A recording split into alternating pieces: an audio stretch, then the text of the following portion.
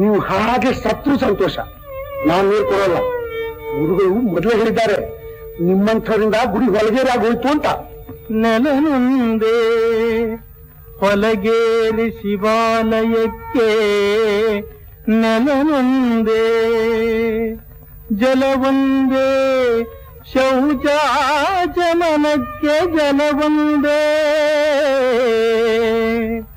ಕುಲವೊಂದೇ ತನ್ನ ತಾನರಿತಂಗೆ,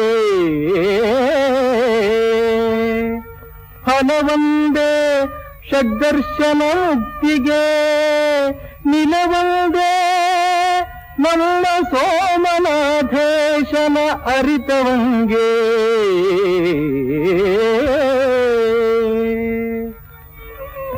ಹಾಗಿದ್ಮೇಲೆ ದೆವ್ವದ ಕೊಳದಿಂದ ನೀರು ಬಂದು ಖುಷಿ ನೋಡೋಣ ಧೈರ್ಯ ಇದ್ರೆ. ಎಲ್ಲಿದೆಯಪ್ಪ ಅದು? ಗುಡಿ ಬಂದಿರುವುದೇ ಜೋಕೆ, ಬ್ರಹ್ಮ ಪಿಶಾಚಗಳು ಬೇಕಾದಷ್ಟಿವೆ. ನೀರು ಮುಟ್ಟಿ ಬಿಡುತ್ತೆ ಮನುಷ್ಯರನ್ನ. ನಾಳೆ ಬರುವುದು ಹಿಂದೆ ಬರಲಿ, ಇಂದು ಬರುವುದು ಈಗಲೇ ಬರಲಿ. ಶಿವನು ನಂಬಿದ ಶರಣರಿಗೆ ಅನ್ಯ ದೈವದ ಅಂಜಿಕೆಯೇ ಇಲ್ಲಣ್ಣ. ಬರುತ್ತೇನೆ.